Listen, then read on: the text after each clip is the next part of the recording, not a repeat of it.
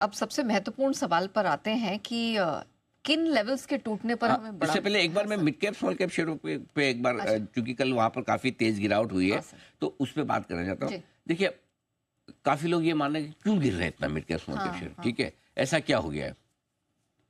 एक चीज समझिए, अगर आपने डिलीवरी में कोई शेयर खरीदा हुआ है, अच्छा या खराब वो भूल जाइए, कैसा भी क्वालिटी का खरीदा है। जनरली इस फॉल में एक अच्छी बात है कि लोगों के पास, ज़्यादातर लोगों के पास क्वालिटी शेयर है, अच्छा। कचरा शेयर कम है। ठीक है, क्योंकि ये तेज़ी जो बनी है ये अच्छे शेयरों में बनी है। अब अच्छे शेयरों में क्या होता है, जनरली जब शेयर क्वालिटी वाली वाइज अच्छे होते हैं तो वो वैल्यूएशन वाइज थोड़े महंगे हो जाते हैं, लोग महंगे भी खरीद लेते हैं, तो आपकी एंट्री पॉइंट या फिर प्राइस महंगी हो जाती है। करेक्ट। जनरली जिस आदमी ने डिलीवरी लेके रखी है शेयर, स्पेशली रिटेल इन्वेस्टर्स की मैं बात कर रहा हूँ, वो कोई 40-50% नीचे नहीं बेचता। अच्छा। 40-50% नीचे आपसे अपना शेयर कभी बिकेगा नहीं, लिख के रख वो लीजिए, तो है। है ना। आप क्या सोचेगा, यार मैंने तो रखी है ना डिलीवरी लेके, हो गया ना 6 महीना, साल भर, 1.5 साल, कोई बात नहीं, 1.5-2 साल और रखूंगा, मेरा भाव तो आएगा। हाँ। ठीक है, पहली चीज़ तो आप अपनी एक्सपेक्टेशन कम कर लेते हैं अपने आप, क्या मुझे पैसा नहीं कमाना, मुझे भाव आए तो छूटना है। सही बात। ठीक है। दूसरी चीज़, फिर आप अपने आप, है ना, पहले आपको 3 महीने के लिए लेना था, अब आप अपने आप 3 साल के इन्वेस्टर बन जाते हैं कि ठीक है यार, मेरा साल, 2 साल, 3 साल में कभी तो भाव आएगा, कंपनी ठीक है। तीसरा है, मैं 40-50% नीचे तो नहीं बेचूंगा, और लूंगा नहीं लूंगा वो पता नहीं, लेकिन बेचूंगा नहीं। ठीक है, तो फिर ऐसा क्या हो रहा है कि mid cap small cap share घट रहे हैं, और उसका जवाब इस चीज़ में है यहाँ की, जो फंडिंग पोजीशन है छोटे मझोले शेयरों में, उसमें बिकवाली बड़ी होती है। देखिए, 50% नीचे आपका शेयर आप कभी नहीं बेच सकते। 50% नीचे दो ही लोग बेच सकते हैं शेयर, एक फंड मैनेजर जो दूसरों का पैसा मैनेज कर रहा है, और उसको लगता है 50% वाला शेयर और 25% घट सकता है, तो चलो मैं बेच के खत्म करता हूँ, क्योंकि हल्का दर्द तो उसको होगा, क्योंकि उसकी फंड की परफॉर्मेंस खराब होगी, लेकिन एक लिमिट तक ही होगा, क्योंकि फंड में पैसे तो दूसरे रिटेल इन्वेस्टर्स के लगे हैं। सही बात है। तो अगर उसको व्यू नेगेटिव आ गया तो वो बेच के निकल जाएगा, बोले यार आई कट माई लॉस, या मैं एग्जिट करूंगा, कुछ और देखूंगा, विच इज़ फाइन, ये उसका डायनेमिक कॉल है। सो ये दूसरा कौन बेचेगा, फंड में।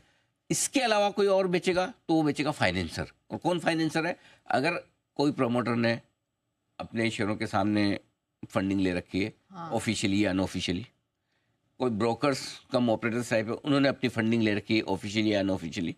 ठीक है, कोई HNI इन्वेस्टर्स कम ट्रेडर्स हैं जिन्होंने लीवरेज पोजीशन बना रखी है मार्जिन फंडिंग में, या पोजीशन ले रखी है। सो जब 40-50% स्टॉक आपका टूटता है और मार्जिन कॉल आता है, शुरू में 1-2 बार तो आप संभालते हैं, लेकिन उसके बाद एक बियॉन्ड लिमिट संभालना मुश्किल होता है, तब आपका शेयर आपका फाइनेंसर ही बेचता है।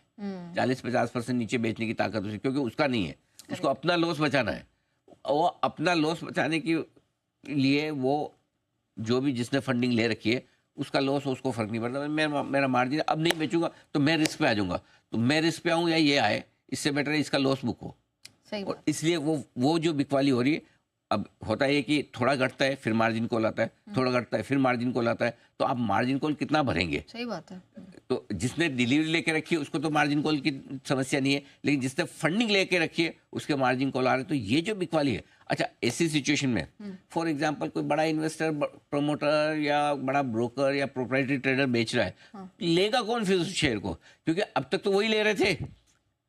सही बात है ना, है। जो ले रहे थे वही बेचने आ जाए, तो फिर लेगा कौन। कौन खरीदेगा। इसलिए उसका इफेक्ट भी और ज्यादा आता है।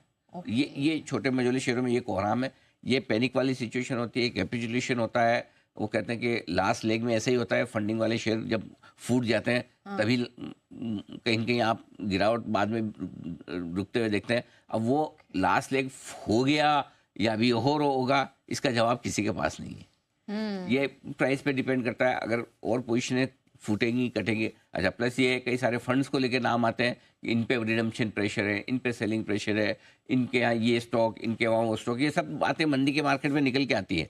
तो फिर ये लगता है कि इनकी बिकवाली हो रही है, फिर उस फंड के पोर्टफोलियो में और कौन से शेयर है वो बेचो, ये सारी चीज़ें चलेगी। ये नॉइस वाला काम है।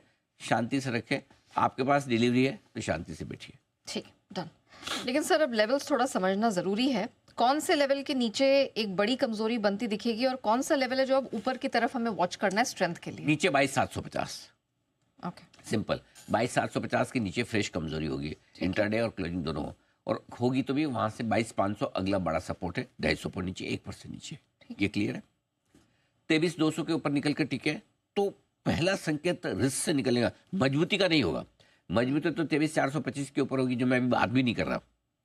ठीक है, पहले हम 23,200 तो पार करें।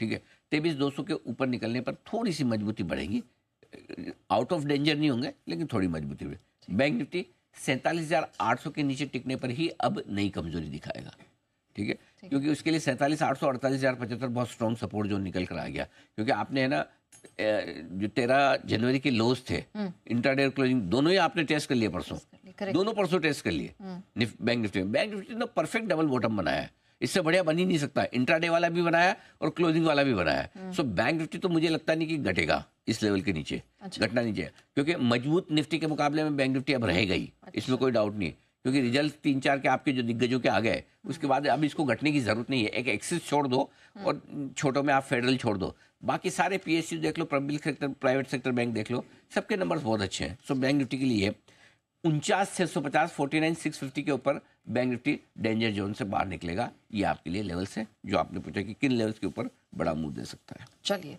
बेहतरीन, तो ये लेवल्स हैं जिनको हम निफ्टी बैंक निफ्टी दोनों के लिए डाउन साइड और अपसाइड में वॉच करेंगे एक बड़ा मूव आने के लिए।